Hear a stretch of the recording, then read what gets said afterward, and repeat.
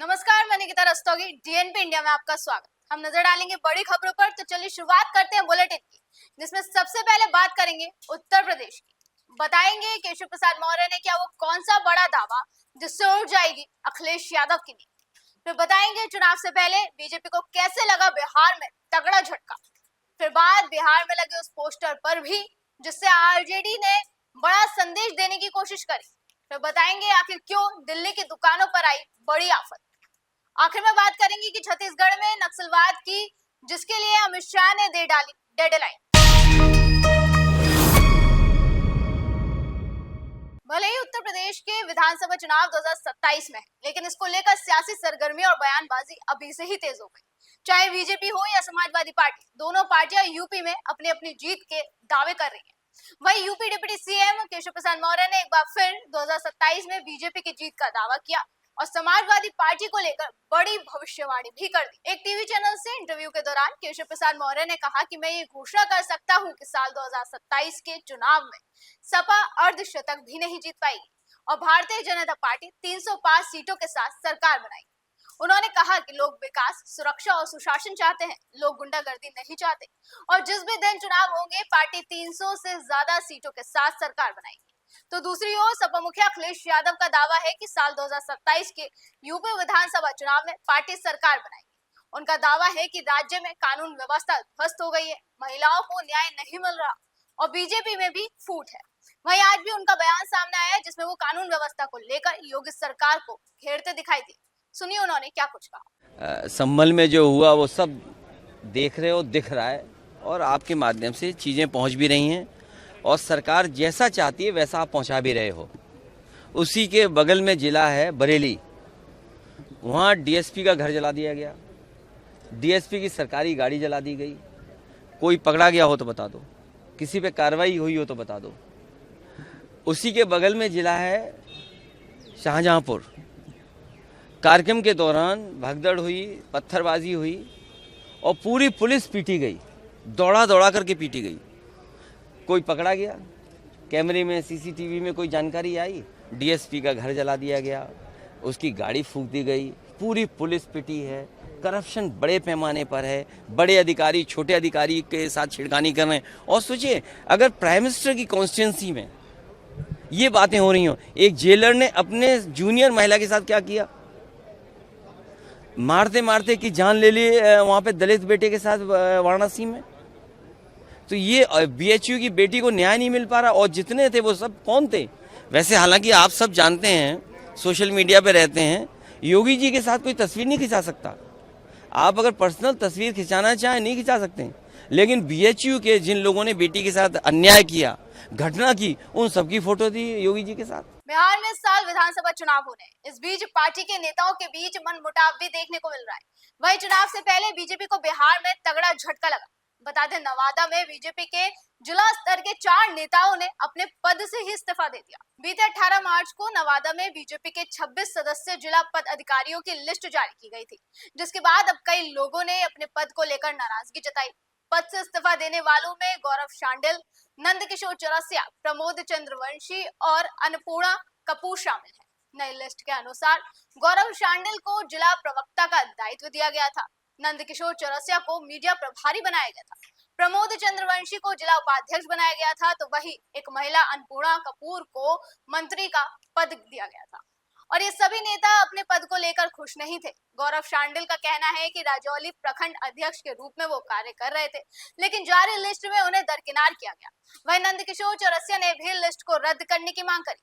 इसके अलावा प्रमोद चंद्रवंशी का कहना है कि जिला अध्यक्ष ने गलत निर्णय लिया, जिस वजह से 4 नेताओं ने अपने पद से इस्तीफा दे दिया। वहीं बिहार में चुनाव से पहले माहौल पूरी तरह से चुनावी हो चुका है। इस सबके बीच लालू यादव और उनके परिवार की मुश्किलें कम होने का नाम नहीं ले रही। आज ईडी द्वारा लालू प्रसाद यादव, उनकी पत्नी राबड़ी देवी और बेटे तेज प्रताप यादव से पटना में फिर पूछताछ की गई, तो आरजेडी की तरफ से भी पोस्टर लगाए गए जिसमें लालू यादव को टाइगर बताया गया। बिहार में चुनाव से पहले पोस्टर वॉर शुरू हो गया है। आज मधुबनी के हरलाखी विधानसभा के आरजेडी नेता निषाद मंडल ने पटना की सड़कों पर पोस्टर लगवाए हैं, जिसमें लालू प्रसाद यादव और तेजस्वी यादव की तस्वीर लगी है और नीचे लिखा गया है, ना झुका हूं ना झुकूंगा। साथ ही बोल्ड अक्षर में लिखा गया कि टाइगर अभी जिंदा है और अगर हम हम इस पोस्टर को ज्यादा ध्यान से देखें तो पोस्टर में लालू प्रसाद यादव की बड़ी तस्वीर है, जिसको रस्सी से बांधकर ईडी, सीबीआई, आरएसएस और इनकम टैक्स द्वारा खींचते हुए दिखाया गया। इसमें साफ साफ लालू प्रसाद यादव को टाइगर बताकर ये संकेत दिया गया है कि कुछ भी हो जाए, लालू यादव झुकने वाले नहीं है। वो ईडी, सीबीआई और इनकम टैक्स का मुकाबला करते रहेंगे। और तेजस्वी यादव भी विधानसभा में ये बात कई बार कह चुके हैं।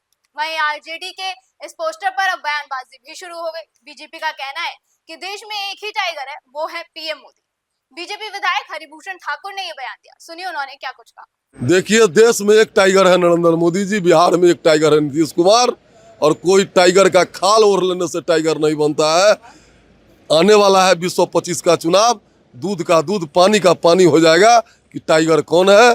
2025, 225, 25 से 30, फिर से नीतीश। शराबबंदी से बिहार में खुशहाली आई है, इस पर कोई। दिल्ली में खुलेआम नशीले पदार्थ बेचने को लेकर आज बड़ी कार्रवाई। नशे का जाल बुनने वाले पर शिकंजा कसा गया, जिसके तहत करीब 87 दुकानों पर एक साथ छापेमारी की। दिल्ली के रोहिणी में नशे का जाल बुनने वालों पर पुलिस ने शिकंजा कसा। स्कूलों के आसपास के 87 दुकानों पर एक साथ छापेमारी की गई, क्योंकि दुकानदार खुलेआम तंबाकू, बीड़ी, सिगरेट और गुटखा बेच रहे थे। खोखे और पान की दुकानों से मासूम बच्चों को तंबाकू, बीड़ी, सिगरेट बिना झिझक मिल रहा था। स्कूल परिसरों से 100 गज की दूरी के अंदर संचालित हो रही दुकानों पर पुलिस की टीम ने धावा बोल दिया। वहीं छापेमारी के दौरान कई चौंकाने वाले खुलासे हुए। जांच में बात सामने आई कि दुकानदार बच्चों को नशे का आदी बनाने के लिए उधार पर बीड़ी, सिगरेट दे रहे थे। दरअसल 16 मार्च को पुलिस ने नशा मुक्त भारत अभियान चलाया, जिसके तहत बड़ी कार्रवाई करते हुए 87 दुकानों पर एक साथ छापेमारी की गई। इसके अलावा 58 दुकानों के खिलाफ COT-PA अधिनियम में चालान भी जारी किया गया। छत्तीसगढ़ के बीजापुर और दंतेवाड़ा के सुरक्षा बलों ने नक्सलियों पर बड़ा प्रहार करते हुए 2 अलग अलग ऑपरेशन में 22 नक्सलियों को ढेर कर दिया है। इस कार्रवाई के दौरान एक जवान भी शहीद हो गया। सुरक्षा बलों ने मुठभेड़ स्थल से भारी मात्रा में हथियार और गोला बारूद बरामद किए।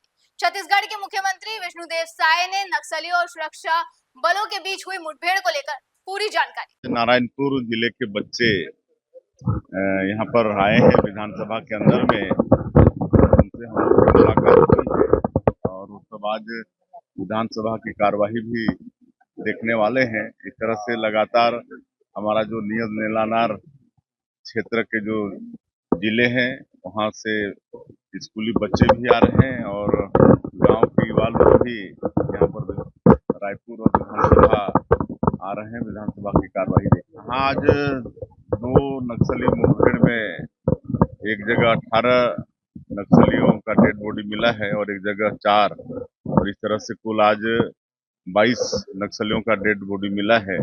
तो हम अपने सुरक्षा बल के जवानों के साहस को नमन करते हैं। लगातार बहुत मजबूती के साथ वो लोग लड़ाई लड़ रहे हैं। मतलब ज्यादा समय नहीं लगने वाला है और हमारे माननीय गृह मंत्री जी का भी संकल्प है कि 31 मार्च 2026 तक पूरे देश से नक्सलवाद को समाप्त करना है और उस तेजी के साथ काम भी हो रहा है और हमको पूरा भरोसा है कि माननीय गृह मंत्री जी का संकल्प पूरा होगा और हमारा जो बस्तर स्वर्ग है वहाँ भी पूरे देश दुनिया के लोग जा पाएंगे। उनके पास कोई मुद्दा है नहीं, एक बार नहीं 2-2, 3-3 बार, 4-4 बार के हार से इतने बौखलाए हुए हैं कि बौखलाहट में कुछ भी बोल रहे हैं। वहीं अधिकारियों ने बताया कि सुरक्षा बलों की टीम बीजापुर और दंतेवाड़ा के सरहदी में थाना गंगालूर इलाके में नक्सली विरोध ऑपरेशन पर निकली थी। इसी दौरान सुरक्षा बलों और नक्सलियों के बीच मुठभेड़ हो गई। टीम ने 2 अलग अलग ऑपरेशन में 22 नक्सलियों को ढेर कर दिया। सुरक्षा बलों की टीम ने बीजापुर में 18 तो कांकेर में 4 नक्सल को मार गिराया। वहीं इस मुठभेड़ में बीजापुर DRG का एक जवान भी शहीद हुआ, जिसके बाद केंद्रीय गृह मंत्री अमित शाह ने नक्सलियों के खात्मे की डेडलाइन बताई। कार्रवाई के बाद शाह ने सोशल मीडिया पर पोस्ट साझा कर लिखा कि मोदी सरकार नक्सलियों के खिलाफ कठोर नीति अपना रही है और जो नक्सली आत्मसमर्पण नहीं कर रहे उनके खिलाफ जीरो टॉलरेंस की नीति अपनाई जा रही है। साथ ही लिखा कि 31 मार्च 2026 तक देश को नक्सल मुक्त बना दिया जाएगा। जानकारी के लिए बता दें कि इस साल अब तक 105 नक्सली मारे जा चुके हैं, जिनमें से 89 नक्सली बस्तर डिवीजन में मारे गए।